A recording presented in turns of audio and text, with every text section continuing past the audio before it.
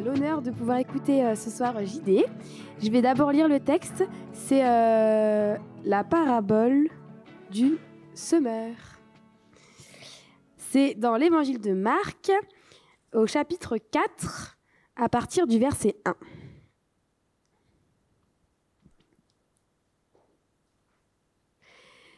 Jésus se mit de nouveau à enseigner au bord du lac.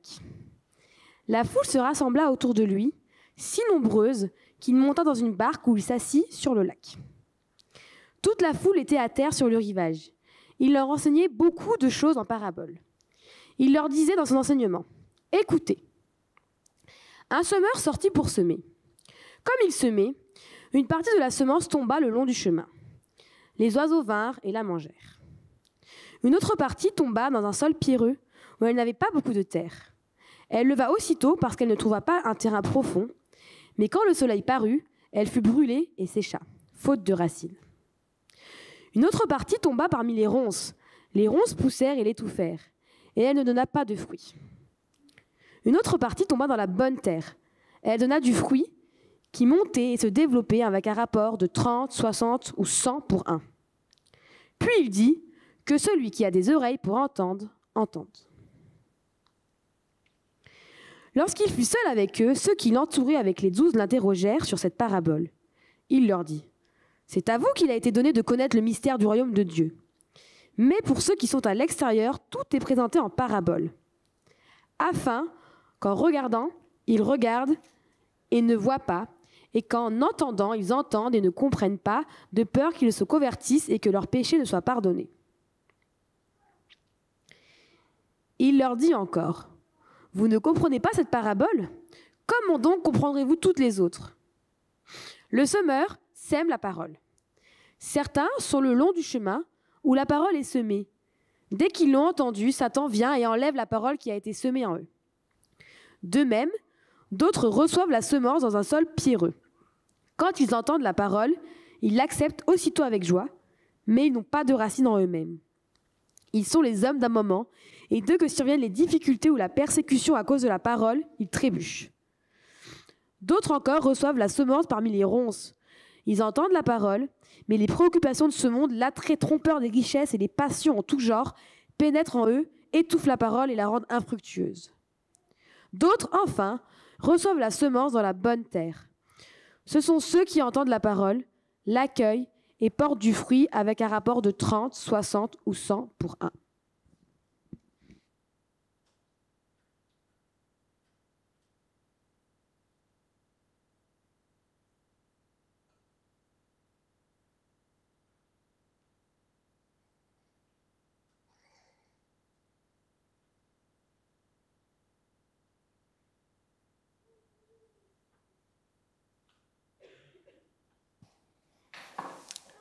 Test, vous m'entendez ?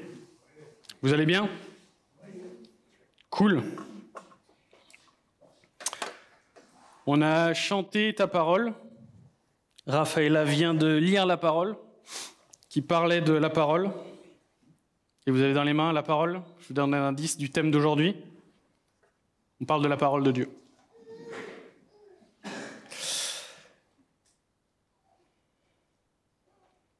Il faut que j'allume. C'est la parabole du semeur. Quand on parle de la parole, comment ça se passe quand vous êtes chez vous, que vous ouvrez la Bible ? Est-ce que d'un seul coup, vous avez le ciel qui s'ouvre et une voix qui vous donne directement l'explication, comment appliquer ce que vous venez de lire, comment appliquer ça aujourd'hui ? Est-ce que ça se passe comme ça ? Est-ce que quand dans votre lecture, vous avez instantanément le cœur transformé et chaque fois que vous ouvrez la Bible, c'est un nouveau départ ? Non, c'est pas trop comme ça. Le Seigneur, il a prévu que ça fonctionne un peu autrement. Il a prévu que la parole, elle s'infuse dans notre cœur, elle vienne un petit peu travailler notre cœur sur la durée. C'est un peu plus comme ça que ça fonctionne. Mais ce serait cool. Vous imaginez un bout de chronique, un chapitre dans chronique et paf, nouveau départ. Mais non. Il y a des gens qui lisent la parole et ça donne pas grand-chose. Il y en a d'autres qui lisent la parole et pour qui ça change beaucoup de choses. Et on ne sait pas trop comment ça marche. L'autre jour, j'étais chez quelqu'un, on ne se connaissait pas, du coup on faisait connaissance. Dans la discussion, j'échange avec cette personne et j'oriente un petit peu la conversation. Et puis, elle me dit, mais j'oriente la conversation vers le sujet de la foi. Et cette personne me dit qu'elle a déjà lu la Bible et qu'elle l'a même déjà lu plusieurs fois. Je dis, incroyable, trop bien, il y a plein de chrétiens qui n'ont jamais lu la Bible en entier. Et plusieurs fois, alors qu'est-ce qu'il en reste? Cette personne me dit, c'était intéressant. Culture G, trop bien. Ok. Rien de plus. Étonnant. Dans mes amis, avec qui je vais faire de l'évangélisation dans le milieu métal, j'ai des gens qui ont beaucoup de zèle et qui se sont, eux, convertis. On leur avait offert une Bible et véridique, ils ont juste pris des passages dans la Bible, ils ont découvert le message de l'évangile tout seuls dans leur chambre et ils se sont convertis.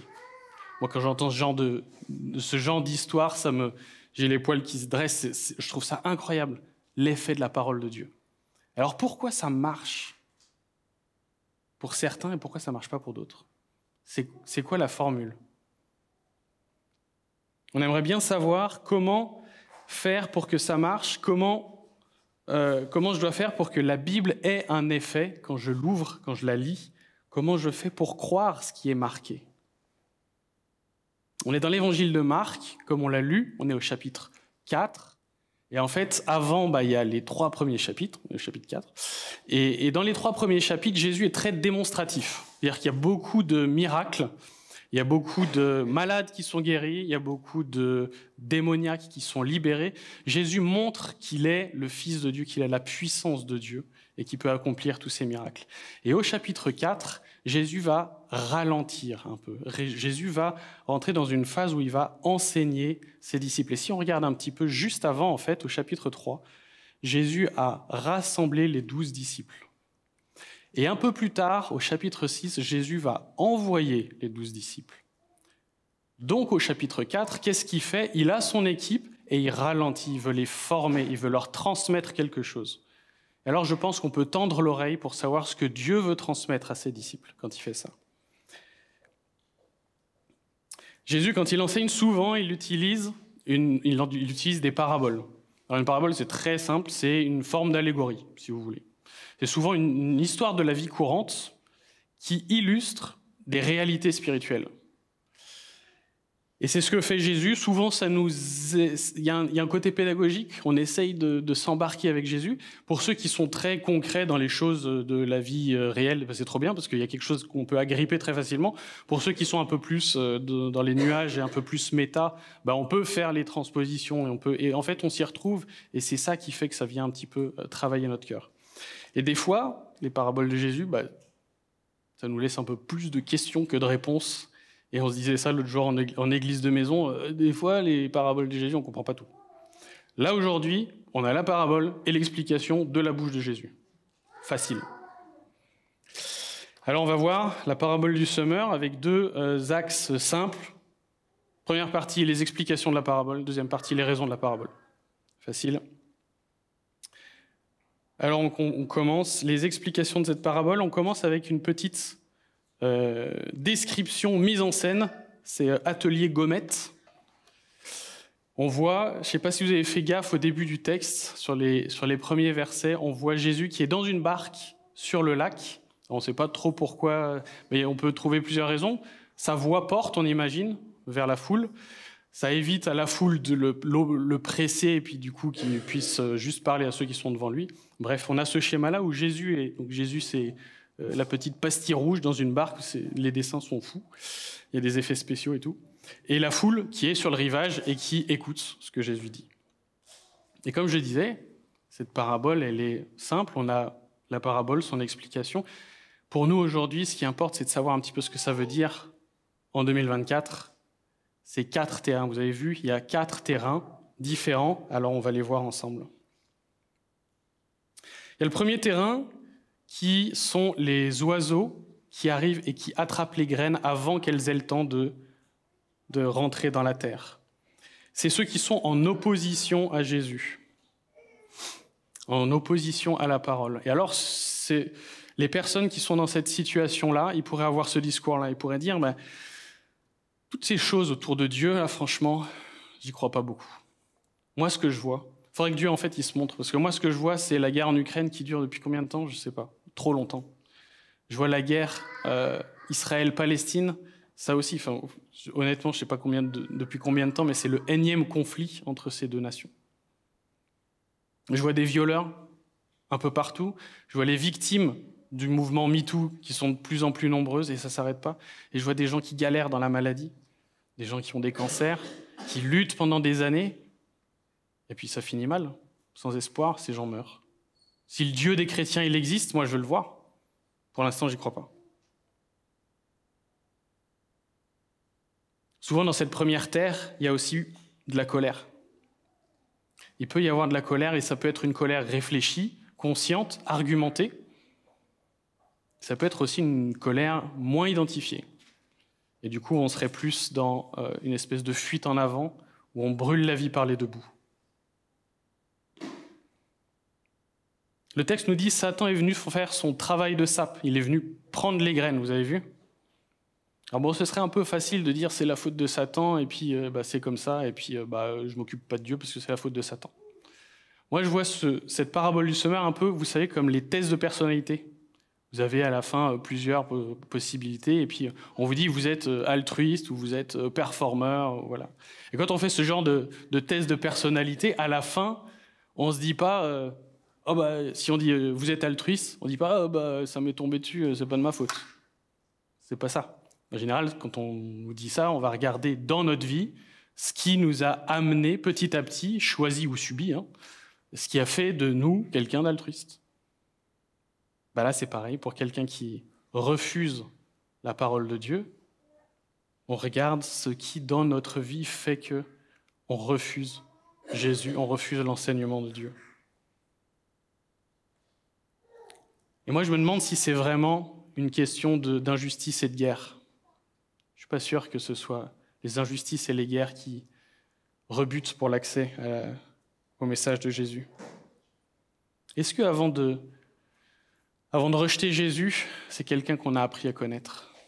Les chrétiens disent que Jésus, c'est quelqu'un de bon, qui est venu pour aimer, qui est venu pour se sacrifier pour nous.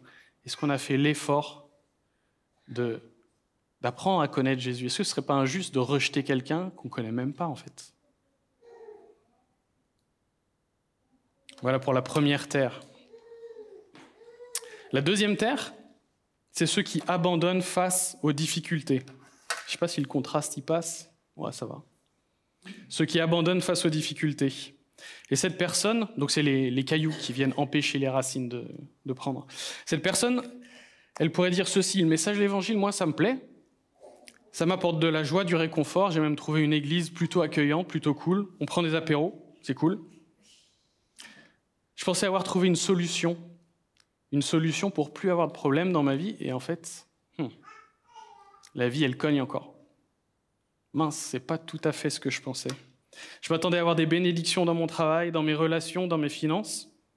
Peut-être que j'ai raté quelque chose, mais en fait, c'est presque plus difficile qu'avant, en fait. C'est plus difficile qu'avant parce que j'ai l'impression d'être une personne un peu curieuse vis-à-vis de mes collègues, vis-à-vis de mes amis. J'ai un peu l'impression d'être la personne qui a besoin d'une bouée de sauvetage. Vous avez déjà entendu ça? Être la personne qui a besoin d'une bouée de sauvetage. J'ai beau prier parce que je voulais que telle situation s'améliore et telle situation s'améliore. En fait, ça ne change pas beaucoup. Et puis, quand j'ouvre la Bible, j'ai l'impression qu'il faut tout changer. Puis ça me décourage. Sur cette deuxième terre, peut-être la question qui se pose, c'est « Ok, oui, la vie, elle est compliquée. La Bible, elle ne dit pas que la vie chrétienne, elle sera plus simple. Elle ne dit pas ça. Au contraire, même, elle dit ça va peut-être un peu chahuter. Mais si je n'arrive pas à planter mes racines dans la parole, dans le message de l'Évangile, en Jésus, où est-ce que je vais planter mes racines? Parce que dans la vie, il y aura des sécheresses. La parabole, là, elle dit que le soleil vient et il brûle ce qui avait peu de racines. Dans la vie, il y aura des sécheresses. Où est-ce que je vais planter mes racines? Dans quelque chose qui me donnera des fondations solides.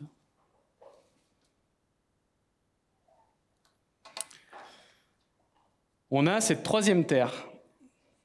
La troisième terre, c'est ceux qui abandonnent face aux tentations, avec les ronces qui viennent étouffer la parole de Dieu. Alors moi aussi, j'ai entendu le message de l'Évangile, c'est un message différent de tout ce qu'on entend ailleurs, c'est cool. Et un Dieu qui sauve, franchement, ça fait sens. C'est ça dont le monde a besoin, un Dieu qui sauve. Ça, c'est cool. Et puis je trouve que les chrétiens, ils ont ce truc-là, cet amour fraternel entre eux. Quand on va les voir, en fait, il y a quelque chose qui se passe. On voit qu'il y a un amour entre eux. Et ça, j'en ai envie. J'en ai envie, mais je comprends pas trop pourquoi il faut passer par aller à l'église, lire la Bible. Et puis les chrétiens, ils font que parler du péché. Ça me saoule. La vie, elle est cool. Faut kiffer. Pourquoi est-ce qu'on parle tout le temps du péché? Et puis, moi, quand j'ouvre la Bible, j'ai l'impression que Dieu, il a un truc à redire sur tout. Il a un truc à redire sur mes vacances, il a un truc à redire sur la manière dont je passe mon temps, un truc à redire sur ma gestion des finances, sur mes relations sentimentales, mes relations sexuelles, sur ce que je regarde sur Netflix, sur ce que je dis avec mes amis, sur tout. Il faudrait tout changer. Alors si je suis cette troisième personne, avec des ronces qui étouffent la parole,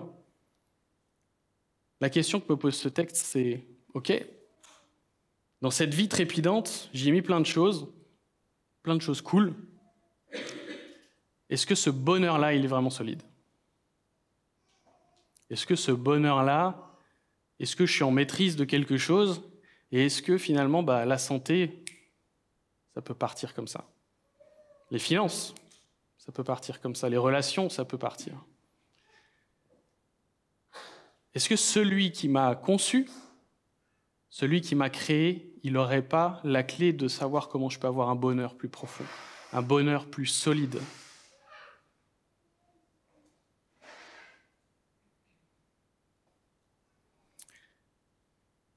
Et alors on a la quatrième terre.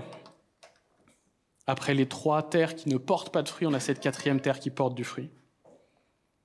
Et alors, cette personne, elle pourrait dire « Je sais que la vie est injuste. » Et les trois qu'on vient d'entendre, je suis d'accord avec elle.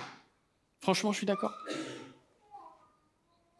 Je sais que le péché inonde le monde partout. Je sais que le péché, il inonde mon cœur. Et c'est pour ça que j'ai besoin de Jésus. C'est pour ça que j'ai besoin de Jésus. Lui qui est Dieu, il m'a rejoint en se faisant mon frère, il a payé mon péché. Et si je suis le frère de Jésus, alors je veux écouter ce qu'il veut me dire. Si je suis le frère de celui qui a donné sa vie pour moi, je veux que ma vie lui fasse honneur.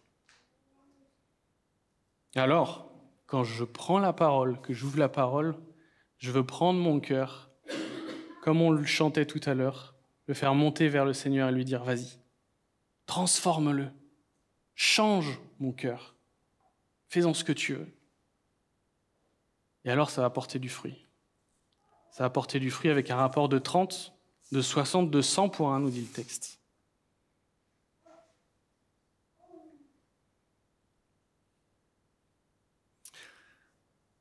Voilà, on voit un peu mieux comment en 2024, ce texte-là, cette parabole-là, ces 4 terrains peuvent nous parler.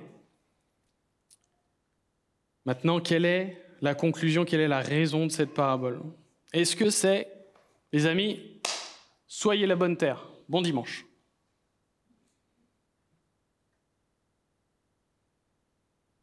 Non, je pense pas. Il y a d'autres choses. On va regarder les raisons de cette parabole. Et en fait,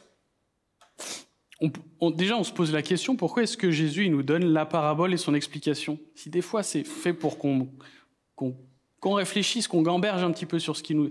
En fait, il aurait pu nous donner soit que la parabole, et on aurait gambergé pour le coup, soit il aurait pu nous donner l'explication en nous disant il y a ceux qui rejettent la parole, il y a ceux qui ne s'enracinent pas, il y a ceux qui se font étouffer par... voilà, et puis, soyez une bonne terre.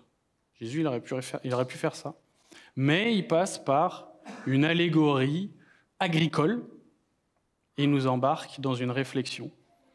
Et il parle d'un mystère au verset 11, « mais il nous donne les clés du mystère aussi, il révèle des choses. C'est un peu curieux, non? Alors ce mystère dont il parle, peut-être que c'est pas tant que ça un mystère en fait.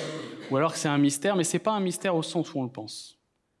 C'est pas un mystère au sens où il y a les initiés, il y a ceux qui savent, ceux qui sont les plus persévérants, ceux qui arrivent à percer le secret de la parole. Est-ce que c'est ça? Non, je pense pas. Il y a quelque chose de différent. D'ailleurs, je pense que tout le monde a compris que la 4e situation, elle était préférable aux 3 autres. Il n'y a pas besoin d'être un génie pour comprendre ce genre de choses. Et dans cette parabole, on voit aussi qu'il y a un enjeu, on sent qu'il y a un enjeu un peu différent de voilà les 4 terres. Où est-ce que vous êtes? On sent qu'il y a quelque chose de différent. Et la manière dont Marc il écrit, vous avez vu, parabole, explication, comme pour nous montrer que au milieu, entre les deux, il y a quelque chose. Et c'est ce qu'on va regarder là. Justement, entre les deux, je vous relis les versets 11 et 12. Il leur dit, c'est à vous qu'il a été donné de connaître le mystère du royaume. Mais pour ceux qui sont à l'extérieur, tout est présenté en parabole, afin qu'en regardant, ils regardent et ne voient pas. Qu'en entendant, ils entendent et ne comprennent pas, de peur qu'ils ne se convertissent et que leurs péchés ne soient pardonnés. Qui trouve ça révoltant? Injuste. On ne comprend pas pourquoi Jésus, ce n'était pas son job de pardonner. Pourquoi est-ce qu'il a peur que des gens soient pardonnés?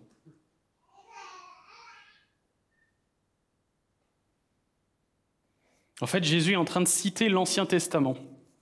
Il est en train de citer ce qui se passe dans Ésaïe. Ça nous renvoie à Ésaïe au chapitre 6, les versets 10. Le verset 10 et le contexte. Et quand la Bible fait ça, souvent dans le Nouveau Testament, la Bible cite l'Ancien Testament. Quand la Bible fait ça, elle nous envoie des signaux en disant « Allez regarder ce qui se passe dans l'Ancien Testament, allez regarder le contexte de ce qui se passe. » Et Ésaïe au chapitre 6, c'est ce qu'on appelle l'appel d'Ésaïe, c'est le prophète Ésaïe Dieu l'appelle et va l'envoyer auprès d'un peuple qui a la nuque raide, nous dit les textes régulièrement, un peuple avec le cœur endurci depuis trop longtemps. Et Dieu est arrivé au bout de sa patience. Il est arrivé au bout de sa patience et il va envoyer son prophète prononcer des paroles de jugement. Vraiment. Je vous lis les chapitres 9 à 13 avec des petits bouts sautés. Il a alors ordonné, Dieu donc a alors ordonné, va dire à ce peuple, vous aurez beau écouter, vous ne comprendrez pas.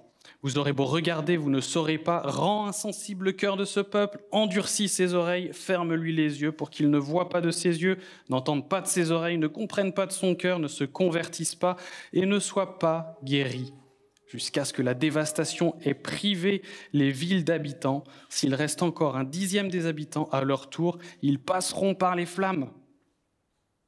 Cependant, tout comme le térébinthe et le chêne conservent leur souche, quand ils sont abattus, la souche de ce peuple donnera une sainte descendance. Dieu annonce un jugement terrible parce que le peuple est endurci, parce que le peuple n'est pas attaché à lui, mais il y a un reste, une souche, et Dieu aura compassion de ce peuple. C'est quoi le lien entre Ésaïe et Jésus là dans la parabole du semeur? Déjà, Jésus cite Ésaïe, on l'a dit. Et Jésus nous dit, il y a ceux du dehors et ceux du dedans. Il y a ceux qui ne sont pas pardonnés et ceux qui sont pardonnés. Alors comment on différencie les deux? C'est pas si simple que ça, mais en fait, c'est pas si compliqué non plus. Quand on regarde le verset 11, il nous dit à ceux qui connaissent le mystère du royaume de Dieu. Donc ceux qui connaissent le mystère du royaume de Dieu, c'est les disciples. Okay? Pas que les 12, les disciples, ceux qui suivent Jésus. La parabole, elle nous parle aussi de la terre qui porte du bon fruit. La bonne terre qui porte du fruit. La bonne terre qui porte du fruit, c'est les disciples. Donc on a quelque chose qui ressemble à ça. Ceux qui sont du dedans, c'est les disciples, la terre qui porte du bon fruit. Les autres, ils sont du dehors. Vous voyez le jugement que Jésus est en train de mettre en place et d'expliquer? On voit assez clairement que la parole, ici, elle joue un rôle révélateur, un peu comme un produit de contraste. La parole va accentuer ceux qui ont le cœur endurci et ceux qui s'attachent à Dieu. Il y a deux camps très clairs, il n'y a pas de zone de flou et on peut être proche de la ligne ou pas proche de la ligne. En fait, il y a deux camps. Il n'y a pas des virgules, des décimales ou des choses à peu près à moitié sur la ligne. Alors, est-ce que c'est moins révoltant, ça, que ce qu'on disait tout à l'heure?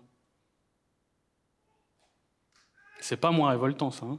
Moi, je trouve pas ça moins révoltant. Je trouve que ça accentue notre problématique, en fait. Il y a une notion de fatalité, les dés sont jetés. Il y a une notion de... Il est où le libre arbitre, là-dedans? Et on a toutes ces questions-là, il y a une question d'équité, une question de justice. C'est pas juste, en fait. Si les rouges, ils sont rouges, et puis c'est comme ça, et puis on peut rien y faire. Comment ça marche? Alors, dans ce texte, il y a des choses très clairement qui font référence à la doctrine de l'élection, c'est la prescience de Dieu, ce que Dieu sait d'avance. Mais il y a des choses beaucoup plus intéressantes à regarder dans ce texte. Si vous regardez avec moi le verset 10, le verset 10 dit ceci: « Lorsqu'il fut seul avec eux, ceux qui l'entouraient avec les 12 l'interrogèrent sur cette parabole. » Ah, lorsqu'il fut seul avec eux. C'est-à-dire qu'il y a une première scène où on a vu Jésus, la barque, la foule. On va la remettre. Voilà, Jésus, la barque, la foule. Et lorsqu'il fut seul avec eux, il y a une deuxième scène.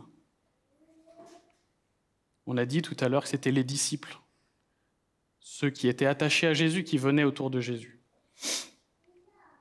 Et c'est ça qu'on observe. C'est comme si les rouges étaient venus autour de Jésus et les autres sont restés, on imagine, le texte ne le dit pas, les autres sont restés au-dessus. Alors on a effectivement deux camps et on commence à comprendre le pourquoi du comment, on commence à comprendre comment ce qui les différencie dans l'attitude des uns et des autres. Et les amis, si vous devez retenir un truc de ce soir, cette parabole du semeur, c'est que tout simplement on a besoin de venir à Jésus pour connaître les mystères du royaume. On a besoin de venir à Jésus pour devenir cette bonne terre. C'est pas plus compliqué que ça. On a besoin de venir à Jésus pour qu'il se révèle à nous, qu'il vienne à notre secours et qu'il chasse les oiseaux, qu'il enlève les cailloux, qu'il enlève les ronces. Et là, j'espère que ce qui était un peu révoltant il y a quelques instants, j'espère que ça l'est moins. Alors peut-être que vous avez la question de l'œuf ou de la poule, ceux qui sont rouges à gauche, est-ce que c'est pas ceux qui, s'ils sont rouges à gauche, ils sont rouges à droite, et puis au final c'était connu d'avance aussi? Peut-être, mais reconnaissez qu'aujourd'hui, vous avez le choix de venir auprès de Jésus pour qu'il se révèle à vous, qu'il vous fasse découvrir les mystères du royaume. On a le choix, le libre arbitre, il est là si on doit le trouver quelque part. Et même plus que ça, on a dit que la parole, elle joue le rôle du produit de contraste. Elle départage les uns des autres. Donc j'ai l'impression que le schéma, il serait plutôt comme ça. Est-ce que ça donne quelque chose? Ouais. C'est-à-dire qu'à la base, personne n'est venu auprès de Jésus. On est d'accord? À la base, Jésus est sur la barque, il donne la parole. À la base, personne n'est venu auprès de Jésus. Donc personne n'est rouge. La parole est donnée, on se retrouve dans la situation de droite, et alors là, on voit les terres, à quoi elles ressemblent, et certains sont venus auprès de Jésus.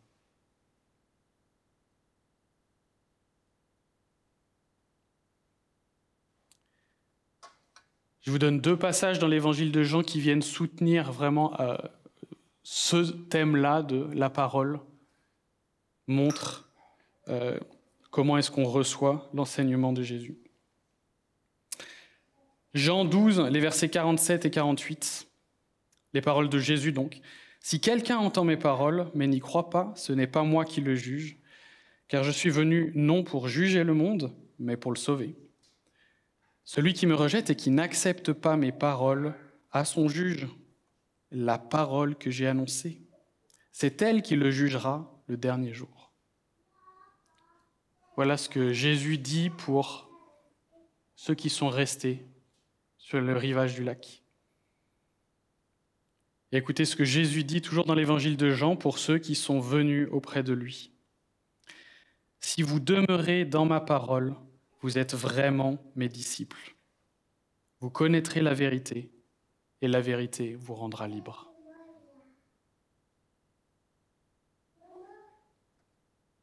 Alors pour conclure, les amis, quelle terre êtes-vous ? Quelle terre êtes-vous ? Peut-être que vous êtes la bonne terre, et je pense qu'il y a beaucoup de bonnes terres ici, et alors gloire à Dieu, trop bien. Et j'espère, je suppute que vous ouvrez la Bible, que vous lisez la Bible, que vous passez du temps avec le Seigneur. Et j'imagine que comme moi, ça porte pas toujours un fruit incroyable chaque fois que vous ouvrez la Bible, comme on le disait un peu en intro.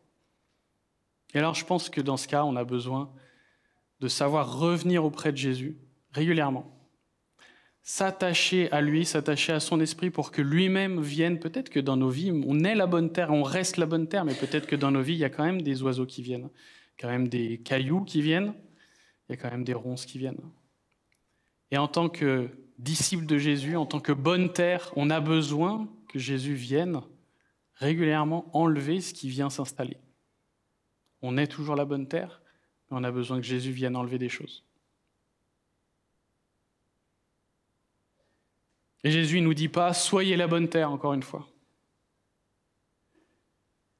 Il nous dit « écoutez bien ce que j'ai à vous dire, que celui qui a des oreilles entende, qu'on se rapproche de lui, qu'on tende l'oreille. » Alors peut-être que vous n'êtes pas la bonne terre, mais que vous avez des oreilles pour entendre.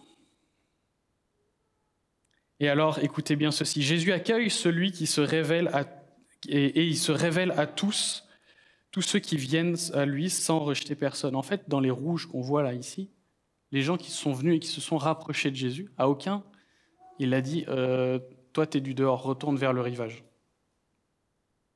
Il n'a pas dit ça, Jésus. Il dit jamais ça, Jésus.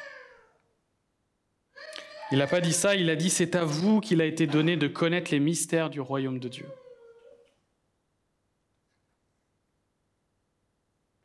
Expérimenter Jésus, la personne de Jésus, c'est venir à lui en disant « je ne suis pas la bonne terre qui porte du fruit à la base ». On l'a vu.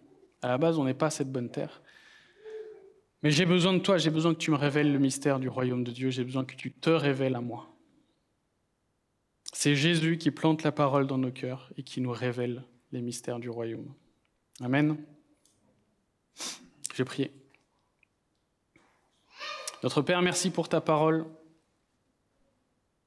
Ce trésor, on l'a chanté.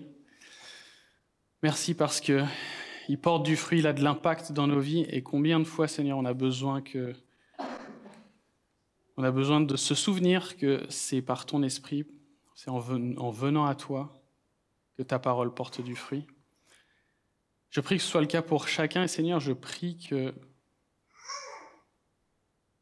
tous ceux qui ne sont pas aujourd'hui une bonne terre puissent le devenir.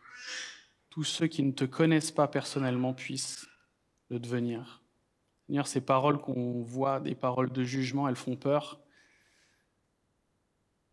Mais Seigneur, tu es là, tu te révèles à nous et tu veux nous révéler les mystères du royaume. Gloire à toi pour ta présence dans nos vies, le fait que tu te révèles à nous. Amen. On va prendre le repas du Seigneur dans un instant. C'est une occasion de se souvenir de ce que le Seigneur a fait dans nos vies, de ce qui s'est révélé à nous, de ce qu'il est venu nous voir. Et c'est une occasion de se souvenir aussi de sa mort et de sa résurrection. On va prendre le pain qui représente son corps, qu'il a livré pour nous. On va prendre le vin qui représente son sang, qui a coulé pour nous purifier de nos péchés. Et alors, si vous êtes cette bonne terre, alors vous êtes les bienvenus à prendre le repas du Seigneur. Si vous n'êtes pas cette bonne terre, on vous demande de vous en abstenir. Et puis, si vous êtes cette bonne terre et que vous êtes les bienvenus à prendre le repas du Seigneur, alors c'est vraiment chouette, faites-le. Prenez peut-être juste un instant avant pour sonder votre cœur, savoir s'il y a des cailloux, s'il y a des ronces, des choses qui ne plaisent pas au Seigneur. Le repas du Seigneur, on le prend avec respect, un profond respect, une profonde crainte de Dieu. Alors ça vaut le coup qu'on prenne tous un temps pour examiner notre cœur et savoir comment est-ce qu'on aborde la table du Seigneur. Prenons juste 1 minute avant de pouvoir venir se servir derrière pour prendre le pain et le vin.